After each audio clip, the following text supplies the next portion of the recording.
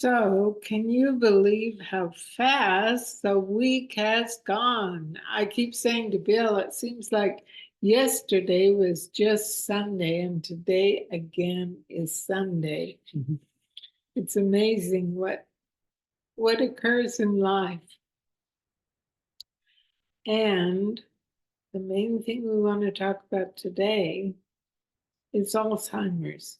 I know this is a concern for many people, especially when they know they have that APOE gene. And this is good news. So I think you'll enjoy. How will we talk about it? Yeah, well, Dr. Greger put together a short video that kind of spurred the idea to share this with you today. And we'll share a short clip from that video that he did. Basically, Dr. Dean Ornish, who was kind of the trailblazer for a reversal of heart disease. You know, back in the 70s, 80s, it was thought that heart disease was incurable. You could maybe slow it down. And he showed that if you change your diet and lifestyle, not only can you slow it down, but you can reverse it, you can cure it. So Dr. Ornish is going after Alzheimer's. Yeah, I love it. Yeah, and I don't know that it's going to show that it's curable once it has actually occurred, because with Alzheimer's, what does happen is that not only does the brain shrink, but brain cells die off. So it's maybe hard to bring it all back. But what the research is showing is that it may not be curable, but it is preventable. So we'll show a short clip here and then we'll come back to you. Dr. Dean Ornish was the first to show in a randomized controlled trial that a plant-based diet and lifestyle program could apparently reverse the progression of our #1 killer, heart disease, opening up arteries without drugs, without surgery. Then he showed the same plant-based program could potentially reverse the course of early-stage prostate cancer, and also elongate telomeres, suggesting an anti-aging effect as well. But when he told me he was going to see if he could reverse the progression of Alzheimer's disease, I was skeptical. Surely he was biting off a little bit more than he could chew. Dementia is the most feared condition of later life. There's a common misconception that we have no control over whether or not we develop dementia, but the good news is that although Alzheimer's may be incurable, at least it is preventable. There's an emerging consensus that what's good for our hearts is also good for our heads, because clogging of the arteries inside the brain with atherosclerotic plaque is thought to play a role in the development of Alzheimer's dementia. This is what our cerebral arteries should look like: open, clean, allowing blood to flow throughout our brain. This is what atherosclerosis in our head looks like: clogged with cholesterol, closing off our arteries, clamping down on blood flow. What kind of brain arteries do you want in your head? Too much cholesterol in our blood is unanimously recognized to be a risk factor for the development of Alzheimer's disease. Those with a total cholesterol of 225 or more may have nearly 25 times the odds of ending up with amyloid plaques in their brain 10 to 15 years later. After all, what is the Alzheimer's gene, ApoE? It codes for the major cholesterol carrier inside the brain.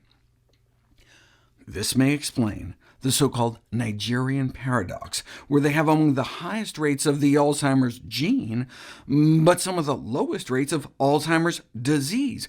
How is that possible? Genes load the gun, but lifestyle pulls the trigger.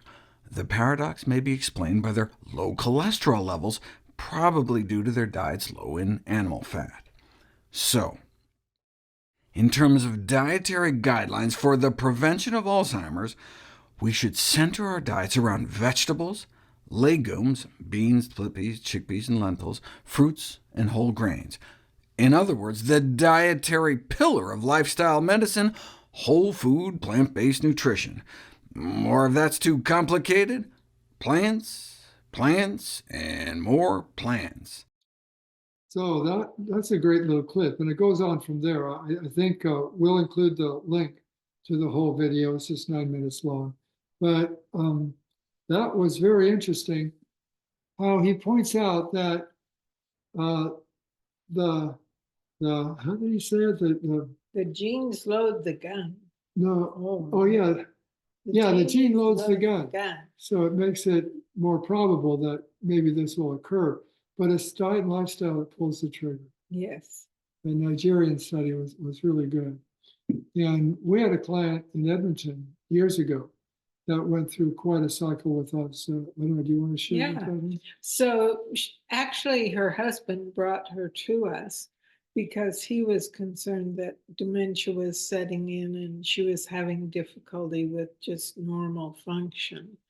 And we supported her to make change in the way she was eating, and she got more and more coherent, more and more clear, just a major change. It was so wonderful to see. And it's given me the belief and deep certainty that this study and studies that follow on Alzheimer's will really show results by making a change in the way we eat and the lifestyle we live. And especially if we get it at that early onset phase, because that's where it's easiest to really make a difference and to see the change. Yeah, the real dramatic change that occurred with this client that I remember is the first day that they came to the house, because this was back in the early 2000s and everything was still face-to-face. You know, if you had a client, you talked to them face-to-face. So her husband brought her in. Some people with Alzheimer's, they get real moody and sometimes even get almost aggressive. And she was almost like that at the front door. I was a little concerned. It's like, I'm not going in there. And it's like, okay, let's just talk. Kind of coaxed her in. And so she made the changes. And it was interesting. She was coming back every week. And every week, there was less resistance to being there. And after a number of weeks, she wasn't just not resisting. She would come in and give us a hug. Yeah. I mean, it was the most beautiful transition to see. So that really opened our eyes that diet and lifestyle plays a role in mental cognition. And when those kinds of behavioral things begin to change. So we were glad to see that. And yeah, it's just wonderful, good news. Wonderful good news. So we preach about it all the time.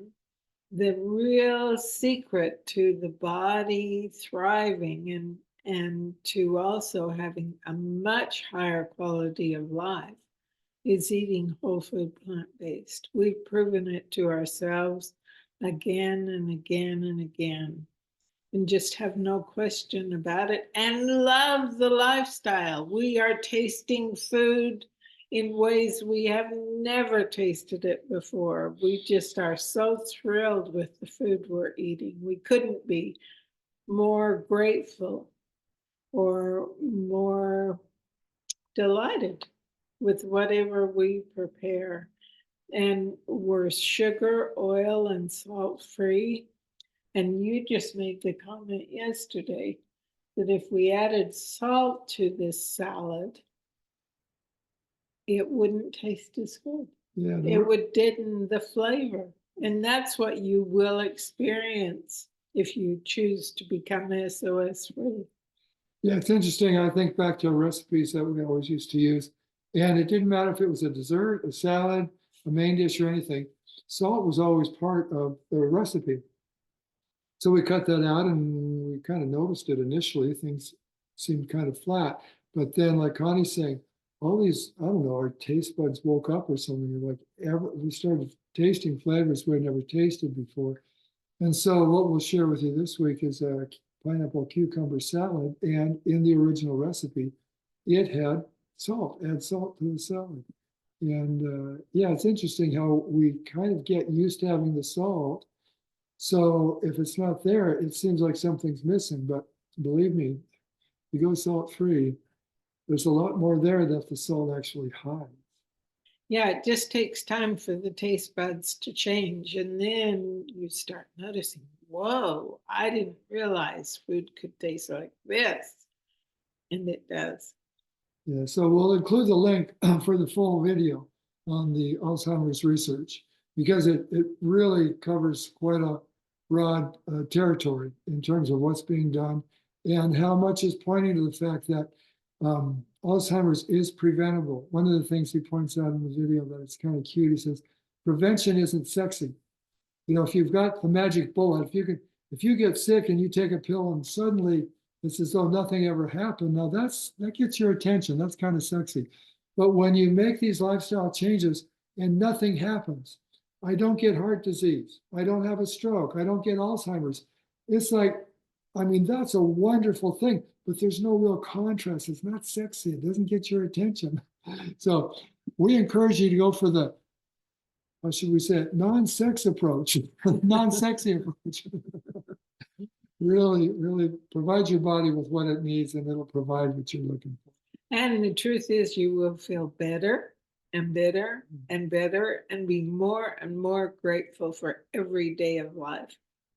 Okay, you want to share the recipe? Yeah, recipe is a pineapple, cucumber, mint salad.